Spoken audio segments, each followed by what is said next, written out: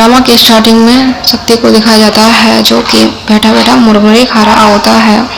केसर जब रूम में आती है शक्ति को मुरमुरे खाते हुए देखती है तो वो काफ़ी अच्छा फील करती है और कहती है कम से कम कुछ तो खा रहे हैं और कितना खुश नजर आ रहे हैं एक बच्चे की तरह।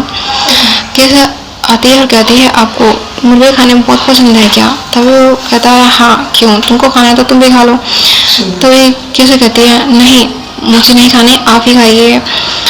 शक्ति होता बड़े चाव से मुरमुरे खा रहा होता है और प्रतिज्ञा कृष्णा के बारे में वो बताती है वो लोग कितने खुश थे जब वो रूम में गई थी।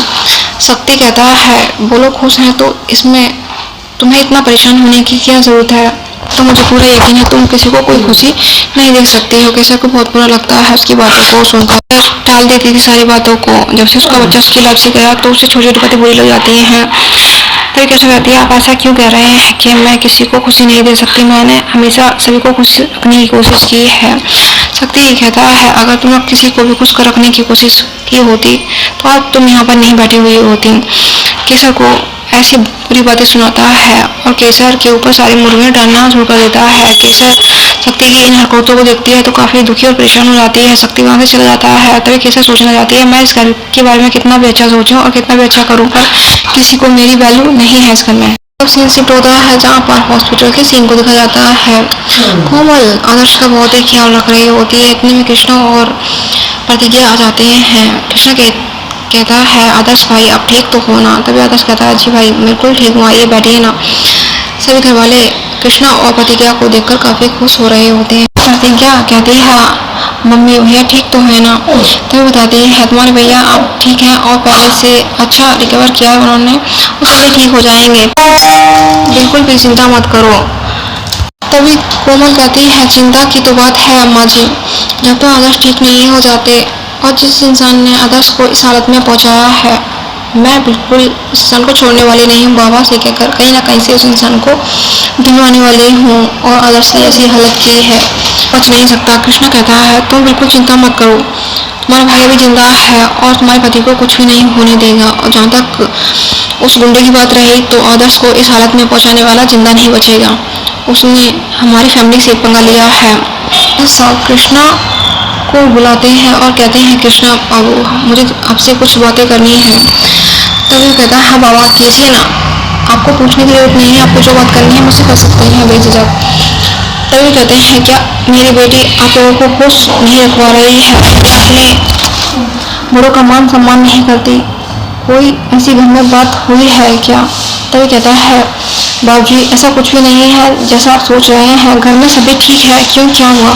भगवान ने आकर प्रतिज्ञा की शिकायत यहाँ पर की है। कृष्णा कभी हैरान हो जाता है कि अम्मा जी ने ऐसी हरकत हालांकि क्यों की। प्रतिज्ञा तो किसी को भी परेशान नहीं करती और बड़ों का मान सम्मान भी करती है।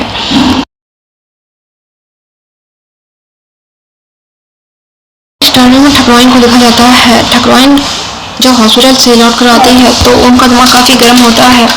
सज्जन कहते हैं क्या हुआ, तुम इतना गुस्से में क्यों, बात हुई है या तुमसे किसी ने कुछ कहा? तभी ठकुराइन कहती हैं मुझसे कोई क्या कह सकता है, आप भी अच्छी तरीके से जानते हैं मैं आपकी बीवी हूँ तो कोई भी मुझसे ऊंची आवाज में बात तक नहीं कर सकता, एकदम पक्का है। पर मैं तो आदर्श को देखने के लिए गई थी और प्रतिज्ञा के बारे में भी उसकी मम्मी को काफी कुछ सुनाया। अपनी बेटी को कुछ संस्कार दीजिए जो वो इस घर में कर रही है। सज्जन कहते हैं तुम्हें उसके घर वालों से कुछ कहने की क्या जरूरत थी, वैसे भी प्रतिज्ञा तुमसे कभी ऊंची आवाज में बात तो नहीं करती और समय समय पर तुम्हारा काम भी करती है, तो तुमको ये सब करने का क्या पड़ी थी? नहीं लगता वो कभी भी तुम्हारे काम में कभी टांग अड़ाती हो।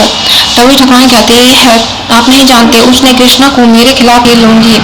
ठाकुर कहते हैं ठकुराइन बदतमीजी की हद होती है, बस कीजिए, अब आगे मैं आपके बारे में सब ना सुन लूं। तभी कहती है आपको हर समय मेरी ही गलती क्यों नजर आती है और प्रतिज्ञा की बिल्कुल नहीं, क्या आपको उसकी गलतियां नजर नहीं आती? ठाकुर कहते हैं प्रतिज्ञा कभी भी जानबूझकर कोई भी गलती नहीं करती है और सारा काम अपना सोच समझकर और अच्छी तरीके से करती है, मुझे नहीं लगता मैंने कभी उसके काम गलती भी देखी हो कि उसने कोई भी गलत काम किया है। मेरी नज़र में तो बहुत ही अच्छी लड़की है और अब बहुत ही अच्छी बहू है, पर तुम्हें क्या होता जा रहा है मुझे ये समझ में नहीं आता कि तुम उससे इतनी जलने क्यों लगी हो और उसे बात बात पर टोंट मारते हो। ये ठीक नहीं है ठकुराइन, आखिरकार वो भी तो इस घर की बहू है और किसी की बेटी। ये सब करने का तुम्हारा कोई भी अधिकार नहीं है। नहीं करना चाहिए, हमारे घर की बेटी भी उस घर में ब्याही है। एक बात अपने कान में डाल लो, ताकि तुम्हारी वजह से मेरी बेटी को सफर करना पड़े। तभी ठकुराइन कहते हैं, आपको तो हर समय मेरी ही गलती नजर आती है, प्रतिज्ञा की तो गलती आपको नजर आती ही नहीं है। कोमल उस घर को अच्छी तरह संभाल रही है, बल्कि प्रतिज्ञा नहीं। ठाकुर कहते हैं, प्रतिज्ञा ने भी इस घर को बहुत अच्छी तरीके से संभाला है, तुम अच्छी तरीके से जानती हो, पर मानना नहीं चाहती, वो बात अलग है।